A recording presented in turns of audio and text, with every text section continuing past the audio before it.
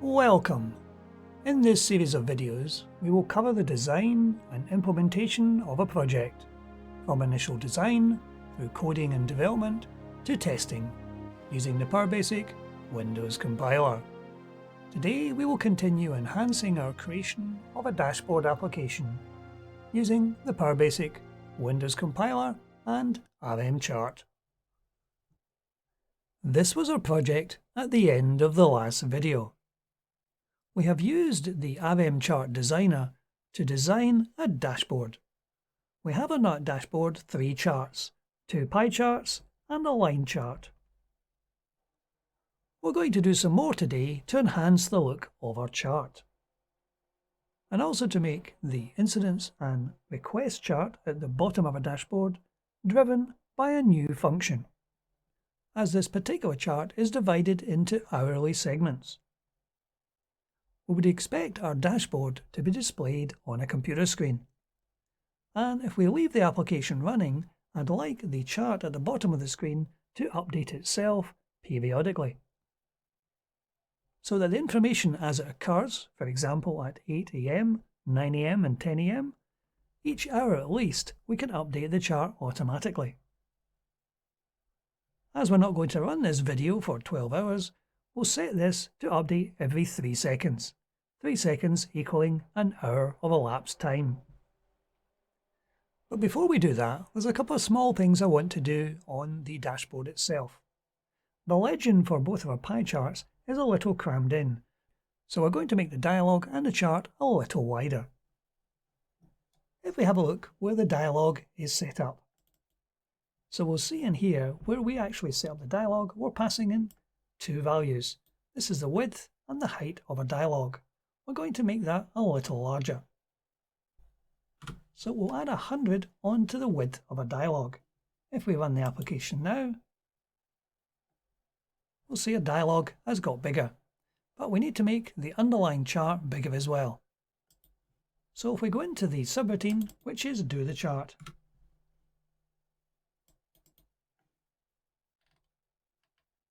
if we add 120 onto the width of our control, it should appear slightly wider on screen. We've now got a bit of leeway to separate both of these pie charts and make them a bit bigger.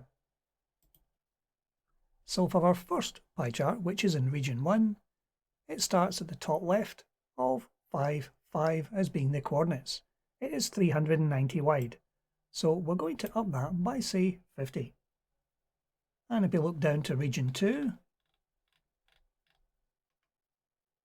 region 2 starts at 400. So we'll increase this by 50 also, and we'll make the width 50 more. We try running this now. We'll see that our pie charts have spread out slightly.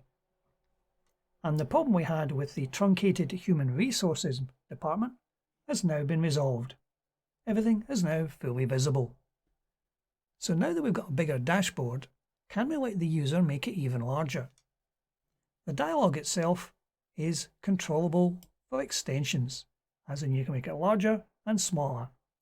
However, the underlying charts are not resized automatically. Is there an easy way of actually doing this? Well, yes there is. RMChart provides the code for you. We merely have to locate it in the callback function, the event handler.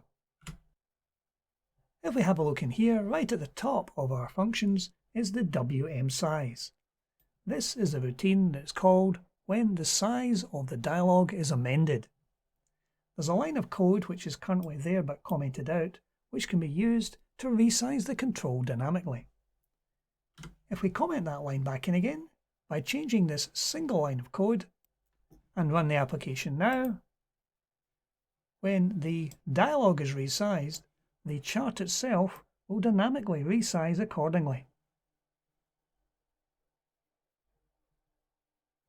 This way, if the user maximizes the form, it goes to its maximum size. And when it's minimized again, it will go back to its previous size. The addition of this single line of code gives you a great deal of flexibility. Having achieved that, we're going to change 1 or 2 other things about our existing charts. In our incidents and requests per hour, there are two sets of data being shown, one for the incidents and one for the requests. We do have them color-coded, but they do look very similar. What I'm going to do first of all is I'm going to change the line type of the incidents. So if we go back into Do the Chart. As on our dashboard, we have 3 regions. We're looking to amend Region 3. So if we scroll down to Region 3, this is the area where our series has been added to Region 3. Series number 1 is our incidents. At the moment, our line style, as specified here, is line. I'm going to change that from a line to a spline, which is a more organic looking line. And I'll comment out the original line of code. So just changing this one line of code will change the look of our graph. And there now, the incidence is shown as a much curvier, more organic type of chart. This helps differentiate between these two sets of information. What I want to do next is to change this chart so that the data within it is not held in hard coding, but is coming from an external function. When you put this into your own dashboard, this information could be coming from an external source, say for example external files, databases, or other computers. So as we did in our last video, we're going to amend where the data comes from by changing the values in this array. This is the data for the incidents. It's specified in a 13 element array starting at element 0 and ending at element 12, and each of the individual elements has a value associated with it. We're going to comment these lines of code out, and we're going to set up this to come from an external function. And since we want this to appear dynamically, we want to repopulate the value within the array at each time period. So in order to do that, we're going to set up a timer on the form, and we're going to trigger that timer every 3 seconds. So if we go back to where the callback function, the event handler of the form is actually set up, and I'm going to add 2 new static variables within this function, one called ID event and one called long hour. And I'm going to set up in the initial dialog section a timer. To do that, we're going to make a Windows API call to the setTimer function. This takes a number of parameters: the handle of the dialog, the handle of the timer, we'll specify this at the beginning of our code in a moment, the number of milliseconds between events, and a byval null. So let's set up this timer at the beginning of our code. So this is our timer. We're giving an arbitrary value of 100. Setting the timers in constants is quite useful, as you may want several timers within your application. Since the information for both incidents and requests is held in a double array, so we'll also set up 2 global arrays, one for the incidents and one for the requests. These arrays will be populated by the function called when our timer actually triggers. Since the hour slots are going to run from 8 AM till 8 PM, we'll start the value in long hour as 7, being 7 AM. And we're now going to set up a timer event. This is the event that will be triggered every 3 seconds. And the first thing we're doing in this event is we're testing the timer that has actually been triggered. This allows you later to add new timers quite easily. If the value in wparam is actually the timer we're looking for, then we're going to call a new function to regenerate the data for both our incidents and requests. So we'll now create this new function. So we're passing a parameter to this function, which is the hour we're currently dealing with. Each time this is called, we're going to advance the hour number.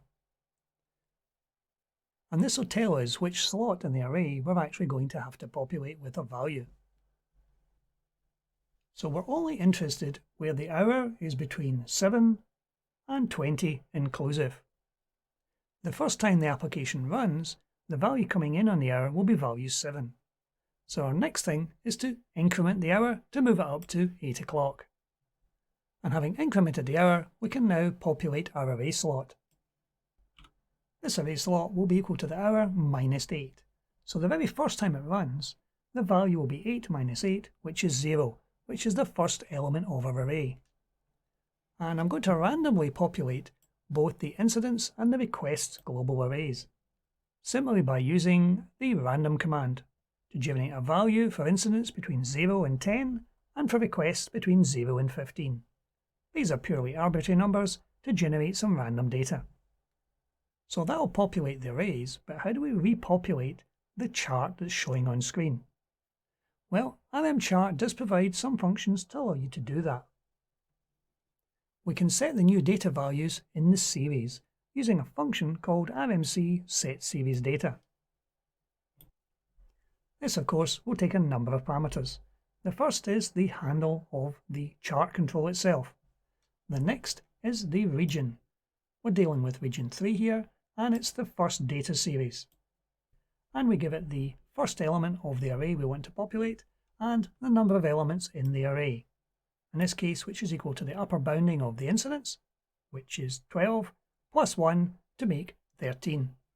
And we can do exactly the same for the requests. So now that we've told the RMChart what the values within the arrays are actually going to be, how do we redraw the chart? Again, RMChart gives you a redraw command to redraw the chart. And this takes a single parameter, which is the handle of the chart control itself. Now, the only thing else we have to do before we run our program is to initially dimension our two arrays, which we have not yet done. So let's go back to the PB main function. Since we're using random routines, we'll want them to be as random as possible. So we're going to use the randomize command with the timer as a parameter. And we can then dimension both our arrays. One last thing to do before we run our application is to make sure we've commented out where the hard coding is. So let's go back to the do the chart and let's look down to where the hard coding was for these arrays.